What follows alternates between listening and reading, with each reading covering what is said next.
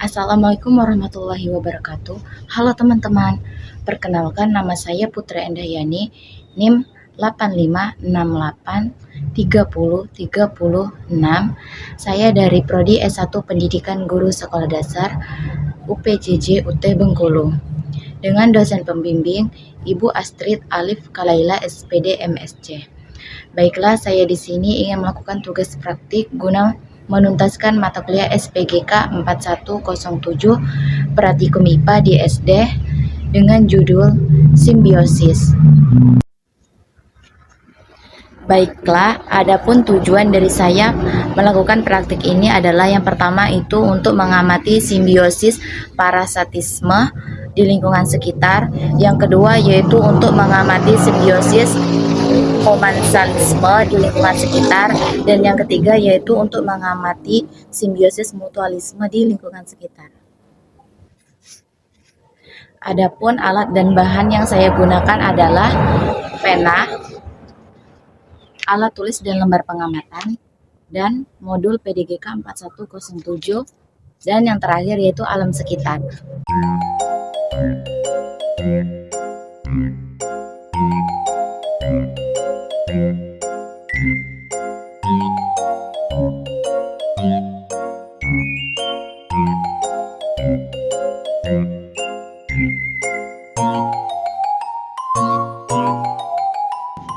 Baiklah, di sini saya akan melakukan praktek yaitu simbiosis paratisme. Yang dimaksud dengan simbiosis paratisme adalah hubungan dua spesies yang satu spesies diuntungkan dan yang satu lagi dirugikan. Contoh simbiosis parasitisme di lingkungan sekitar saya yaitu pohon cabai dan ulat daun, di mana pihak yang dirugikan itu pohon cabai. Jenis kerugiannya, pohon cabai kehilangan nutrisi yang mengakibatkan pertumbuhan terhambat, daun rusak dan hasil panen menurun. Sedangkan pihak yang diuntungkan yaitu ulat cabai. Jenis keuntungannya yaitu mendapatkan makanan dengan cara menghisap nutrisi dari pohon cabai.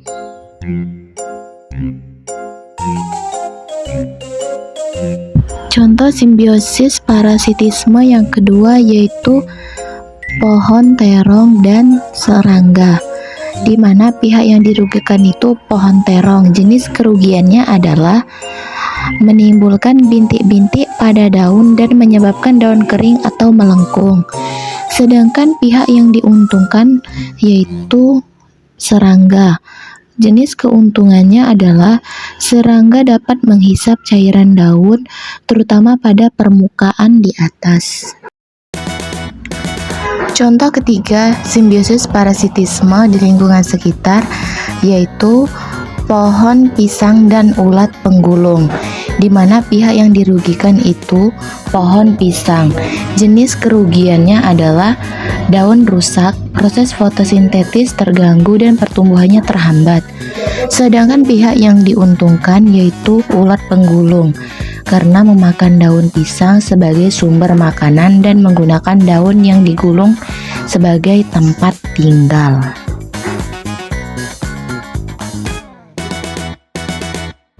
Contoh keempat dari simbiosis parasitisme di lingkungan sekitar yaitu antara kucing dan kutu, di mana pihak yang dirugikan itu adalah kucing. Jenis kerugiannya merasa gatal dan tidak nyaman, bisa mengalami iritasi kulit, alergi, bahkan anemia pada kasus yang parah.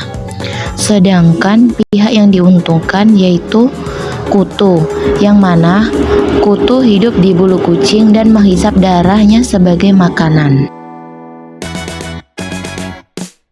Contoh kelima dari simbiosis parasitisme di lingkungan sekitar yaitu antara manusia dan nyamuk, di mana pihak yang dirugikan itu adalah manusia. Contoh kerugiannya merasa gatal, tidak nyaman, dan berpotensi tertular penyakit berbahaya seperti demam berdarah dan malaria. Sedangkan pihak yang diuntungkan yaitu nyamuk. Contoh keuntungannya dapat menghisap darah manusia sebagai sumber nutrisi untuk mematangkan telur. Baiklah, untuk yang selanjutnya yaitu simbiosis komensalisme, di mana hubungan satu spesies makhluk hidup diuntungkan dan pihak lain tidak dirugikan. Contoh simbiosis komensalisme antara pohon pinang dan sisik naga, di mana sisik naga diuntungkan karena menempel pada pohon pinang untuk mendapatkan tempat hidup yang lebih tinggi dan lebih banyak sinar matahari. Sedangkan pohon pinang tidak diuntungkan dan tidak dirugikan karena sisik naga tidak mengambil nutrisi dari pohon tersebut.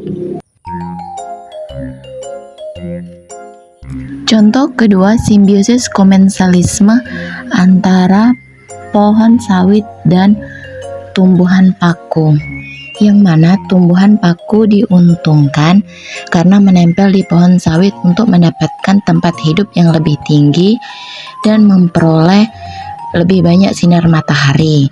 Sedangkan pohon sawit tidak diuntungkan dan tidak dirugikan karena tumbuhan paku tidak mengambil nutrisi atau merusaknya.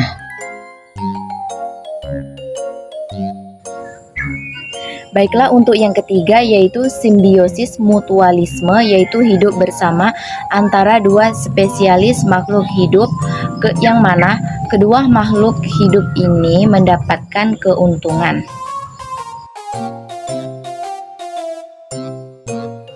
Contoh simbiosis mutualisme yaitu antara kupu-kupu dan bunga, di mana pihak satu diuntungkan yaitu kupu-kupu karena mendapatkan nektar dari bunga, sedangkan pihak kedua yang diuntungkan bunga karena dapat membantu penyerbukan.